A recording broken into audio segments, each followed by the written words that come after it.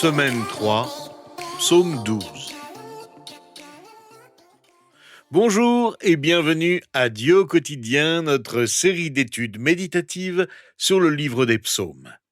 Aujourd'hui, nous allons étudier ensemble le psaume 12, dont le titre pourrait être « Qui écoutez-vous » David se plaint des paroles vicieuses de ses adversaires et en contraste, loue la parole pure et précieuse de Dieu.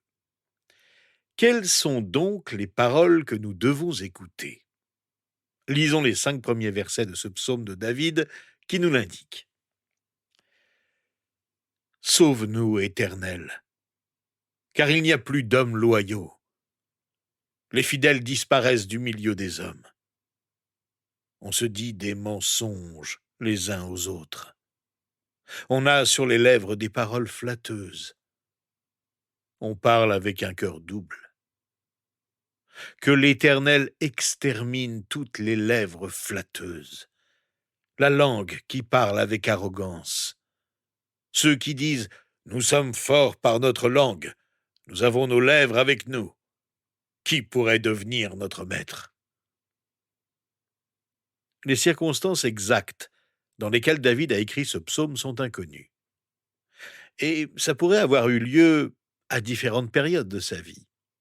David savait ce que c'était que de voir les fidèles disparaître du milieu des hommes. C'était un guerrier et un soldat acharné, mais nous voyons ici qu'il a également dû faire face aux calomnies et aux médisances de bavards oisifs et trompeurs, et qu'il ne sait plus à qui se fier parmi les hommes. David savait ce que c'était que de se sentir seul dans ce genre de combat où personne ne semblait vouloir prendre la parole pour le défendre. Découragé, il a porté sa cause devant le Seigneur. L'essence même des lèvres flatteuses est de dire ce que les gens veulent entendre. Nombreux sont ceux qui aujourd'hui croient connaître la bonne réponse pour chaque situation, mais qui parlent sans honnêteté ni transparence. Ils disent constamment ce que les gens espèrent entendre, ou ce qu'ils considèrent comme approprié, au lieu de dire leurs véritables pensées, sentiments et actes. Ces versets nous rappellent que nous sommes entourés de menteurs. Chacun ment à son prochain. Mais la question qui se pose à vous et à moi est celle-ci. Qui écoutez-vous ? Prêtez-vous l'oreille à ceux qui médisent et calomnient à longueur de journée ? Prêtez-vous attention à ceux qui vous flattent ou flattent les autres ? Écoutez-vous les propos orgueilleux ? Les menteurs ont le cœur double. La duplicité les caractérise. Quelqu'un a dit il y a longtemps, « Les menteurs ont un cœur pour l'Église, un autre pour l'argent. Un cœur pour les dimanches, un autre pour les jours de la semaine. Un cœur pour le roi, un autre pour le pape. Un homme sans cœur est un mystère, mais un homme au cœur double est un monstre. » David se sentait quelque peu impuissant face à ces bavards destructeurs. Il trouva refuge auprès du Seigneur, à qui il implora de retrancher la langue qui profère des paroles arrogantes. Benjamin Franklin a écrit un jour « Puisque je ne peux pas maîtriser ma propre langue, même entre mes dents, comment puis-je espérer maîtriser celle des autres ?» David ressentait la même frustration face aux langues vaines et destructrices des autres.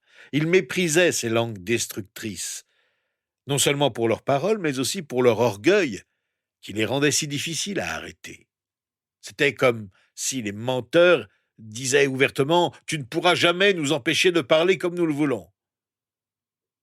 Pour celui qui se dit disciple de Jésus-Christ, il n'y a qu'une seule réponse à cette question. Qui est notre Seigneur ?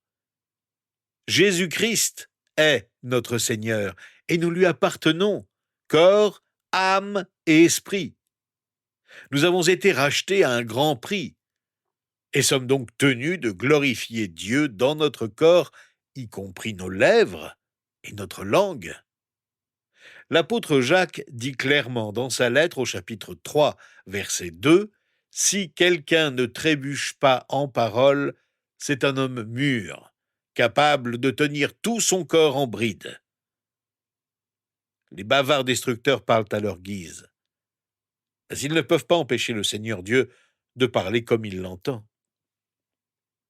Le psalmiste déclare au verset 6 et 7 « Parce que les malheureux sont opprimés et que les pauvres gémissent, maintenant, dit l'Éternel, je me lève, j'apporte le salut à ceux qui soupirent après moi. » De manière merveilleuse et spectaculaire, le Seigneur annonce qu'il va agir en faveur des pauvres et des nécessiteux, victimes de ces calomniateurs orgueilleux qui se croient invincibles. Les bavards n'ont jamais le dernier mot. Dieu ne reste pas silencieux, il a son mot à dire. Il prend à cœur le sort des justes. Il prend à cœur le sort de David, qui est méprisé. Et il prend à cœur le sort des pauvres, des démunis, de ceux qui ne peuvent pas parler pour défendre leur cause et qui ne peuvent que gémir. C'est par sa parole toujours pure qu'il intervient en leur faveur. Alors qui écouter? Les flatteurs ou celui dont les paroles réconfortent et délivrent? Les flatteurs et les menteurs sont des gens dangereux. Mais le psalmiste a choisi d'écouter son Dieu qui dit toujours la vérité. Il déclare au verset 7 et 8 « Les paroles de l'Éternel sont des paroles pures. Un argent affiné dans un creuset en argile est 7 fois épuré. Toi, Éternel, tu les garderas, tu les préserveras pour toujours de ces gens. Les méchants rôdent partout quand la bassesse règne parmi les hommes. » Contrairement aux lèvres hypocrites, menteuses et orgueilleuses des adversaires de David, les paroles de Dieu sont pures, comme de l'argent affiné. Cela signifie que la parole de Dieu est digne de confiance à tous égards. Elle est bonne, pure et rigoureusement éprouvée. Nous pouvons être certains que Dieu a éprouvé sa propre parole, mais elle a aussi été mise à l'épreuve par tous les fidèles au fil des siècles. Et elle demeure. Quelqu'un a dit « Elle est comme une enclume puissante qui a usé d'innombrables marteaux qui l'ont frappée. » Préférons donc la protection du Seigneur et sa parole éprouvée, au lieu d'écouter les flatteurs qui veulent nous tromper. David savait que l'existence et l'exaltation de la pure parole de Dieu n'élimineraient pas les méchants. Ils continueront d'exister et de rôder de tous côtés, mais jamais avec l'assurance d'une victoire finale. On pourrait penser que ce psaume se termine sur une note triste et déprimante. Pourtant, David était parfaitement réaliste. Il savait que même avec la précieuse et pure parole de Dieu à la disposition des hommes, beaucoup d'entre eux préféreraient que la bassesse soit exaltée. On pourrait dire que David a presque laissé son constat comme un défi, que les menteurs et les flatteurs exaltent la bassesse. Lui exaltera la pure et précieuse parole de Dieu. Finalement, tous verront le vainqueur de ce combat. Que ces hommes méchants fassent de leur mieux pour mépriser les autres. Avec l'aide de Dieu, David fera de son mieux pour respecter la parole de Dieu et la franchise. C'est ainsi qu'il verra la victoire de l'Éternel qui n'abandonne jamais ceux qui s'attendent à lui. Alors, qui voulez-vous écouter? Les chaînes d'information et d'opinion? Les publicités séduisantes mais mensongères? Les promesses des politiciens de tous bords? Les flatteurs et les menteurs, les gourous de tout genre? Je vous invite au contraire à écouter les paroles purifiées des Écritures saintes, comme celle de Jésus qui nous dit « Je vous laisse la paix. Je vous donne ma paix. Je ne vous la donne pas comme le monde donne. Que votre cœur ne se trouble pas et ne se laisse pas effrayer. » Voulez-vous écouter ceux qui vous disent de ne penser qu'à vous, sans vous préoccuper des autres? Ou bien l'apôtre Paul qui nous dit « Ne faites rien par esprit de rivalité ou par désir d'une gloire sans valeur, mais avec humilité, considérez les autres comme supérieurs à vous-même. Que chacun de vous, au lieu de regarder à ses propres intérêts, regarde aussi à ceux des autres. Allez-vous écouter ceux qui autour de vous se sentent obligés de vous rabaisser à cause de leur propre insécurité? Ou bien ces paroles de Paul: il n'y a donc maintenant aucune condamnation pour ceux qui sont en Jésus-Christ, qui ne vivent pas conformément à leur nature propre, mais conformément à l'Esprit. Si Dieu est pour nous, qui sera contre nous?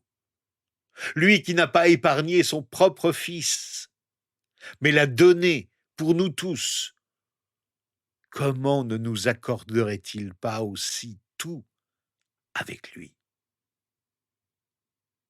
Prenons un moment pour prier ensemble. Notre Père, nous venons vers toi pour écouter ce que tu veux nous dire. Nous entendons tant de voix contradictoires, tant de paroles mensongères, tant de flatteries hypocrites, tant de propos qui nous blessent. Nous en sommes affectés, mais nous choisissons de t'écouter et de laisser tes paroles nous pénétrer. Que ce soit elles qui nous inspirent et nous guident dans tous nos choix, dans nos conversations. Purifie nos paroles, Seigneur, pour qu'elles deviennent comme de l'argent affiné. Nous ne voulons mépriser personne, même ceux qui se moquent de nous. Nous te demandons d'intervenir dans la vie de ceux qui se moquent de nous et disent du mal des autres. Donne-nous la force de pardonner ceux qui disent du mal de nous sans raison. Et permets que nous leur répondions toujours avec franchise, mais aussi avec douceur. Nous te le demandons dans le nom de Jésus. Amen. Eh bien, rejoignez-nous demain, nous étudierons ensemble le psaume 13. Un psaume qui nous montre comment la joie peut remplacer nos soucis et nos chagrins.